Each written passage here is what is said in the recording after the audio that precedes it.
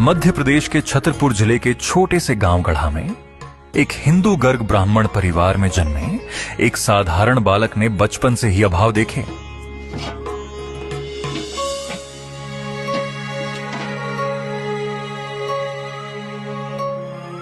जा बेटा, गांव जाके भिक्षा ले आ। लौटते समय दादा गुरु को प्रणाम करके आना। अम्मा, दादा गुरु हमारे साथ क्यों नहीं रहते? वो उस छोटी सी मंदिरिया के पास क्यों रहते हैं? वो बाबा बागेश्वर का धाम है, छोटी मंदिरिया नहीं। हमारा परिवार 3 पीढ़ियों से उसी मंदिर की सेवा करता आया है। पहले तुम्हारे परदादा, अब तुम्हारे दादा गुरु।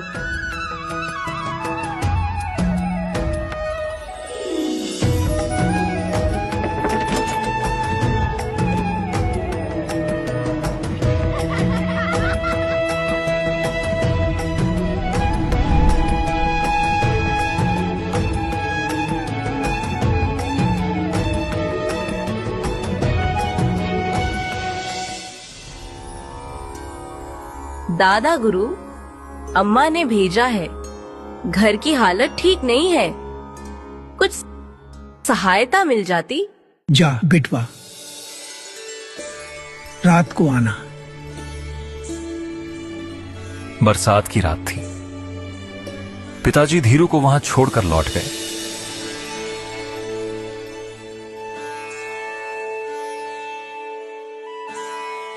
धीरू, स्नान करके आओ। धीरू के दादाजी परम पूज्य पंडित भगवान दास गर्ग उनके पहले गुरु बने। आज से जो मांगना इनसे मांगना।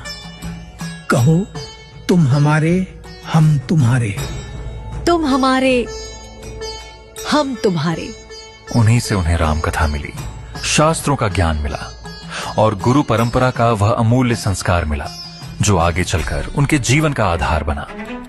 उनके ही कहने पर उन्होंने अपना जीवन गांव की उस छोटी मंदिरिया को समर्पित कर दिया जहां बालाजी की मूर्ति विराजमान थी।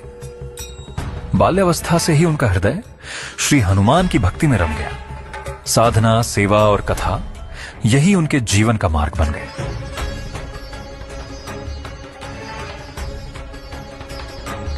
कहा जाता है कि लगभग 12 वर्ष की आयु में ही उन्होंने अपनी पहली कथा सुनाई।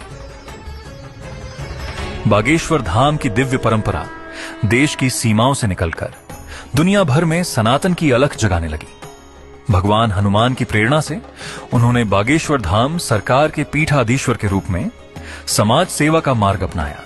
उस रात दादा गुरु ने मुझे संसार नहीं दिया, समर्पण दिया। जो कुछ भी मिला बागेश्वर सरकार की कृपा से मिला।